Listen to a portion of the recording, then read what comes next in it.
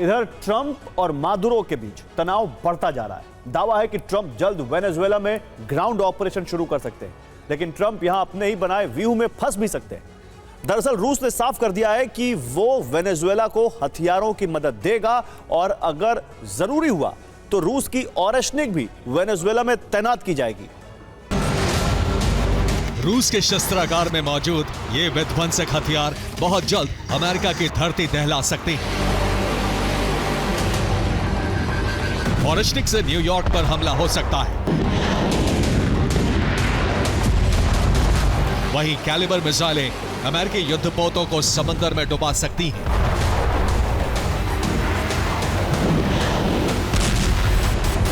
रूस अपने इन विध्वंसक हथियारों को वेनेजुएला ट्रांसफर कर सकता है और इस बात का दावा रूसी सांसद एलेक्सी जुरावलेव ने किया है।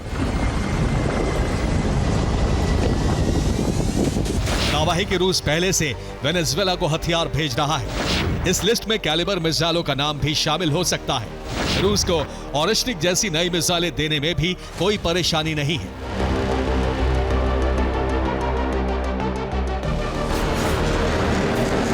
रूस से यह बयान ऐसे वक्त पर सामने आया है जब अमेरिका वेनेजुएला के बीच तनाव चरम पर पहुंच चुका है।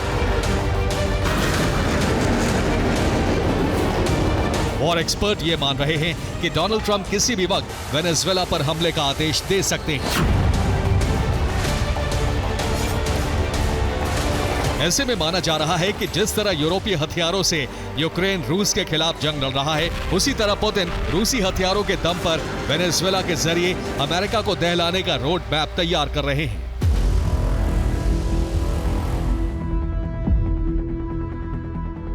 सिर्फ इतना ही नहीं, दावा है कि रूस ने वेनेजुएला को पंछी डिफेंस सिस्टम भेजे हैं। इसके अलावा बक मिसाइल सिस्टम भी भेजा गया है।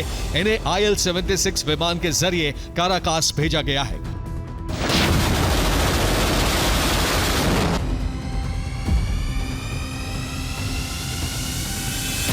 दरअसल हाल ही में रूसी मालवाहक विमान वेनेजुएला पहुंचा था।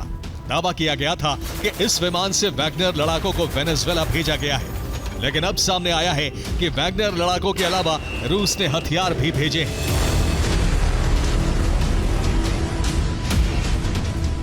इस बीच अमेरिकी मीडिया से आ रही रिपोर्ट्स ने वेनेजुएला में खतरे का अलार्म बजा दिया है।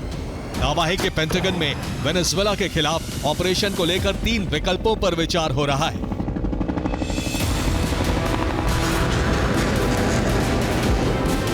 न्यूयॉर्क टाइम्स की रिपोर्ट के मुताबिक अमेरिका वेनेजुएला के मिलिट्री ठिकानों को निशाना बना सकता है। मरीन कमांडो के जरिए मादुरो का अपहरण या हत्या करवा सकता है। काउंटर टेररिज्म फोर्स के जरिए एयरपोर्ट, तेल डिपो पर कब्जा कर सकता है। हालांकि अमेरिका के सामने एक बड़ा विकल्प ग्राउंड ऑपरेशन का भी है। कैरेबियन से आ रही खबरें इस तरफ इशारा कर रही हैं।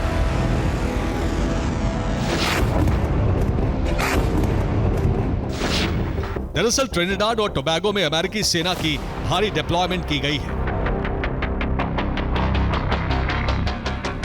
यहां सड़कों पर अमेरिकी सैन्य वाहनों की हलचल भी बढ़ गई है। माना जा रहा है कि यहां से ग्राउंड ऑपरेशन लॉन्च करने की सारी तैयारियां हो रही हैं। लेकिन वेनेजुएला को मिल रहे रूसी समर्थन से इतना साफ हो चुका है कि ट्रंप के लिए मादुरो से जंग लड़ना आसान नहीं होने वाला।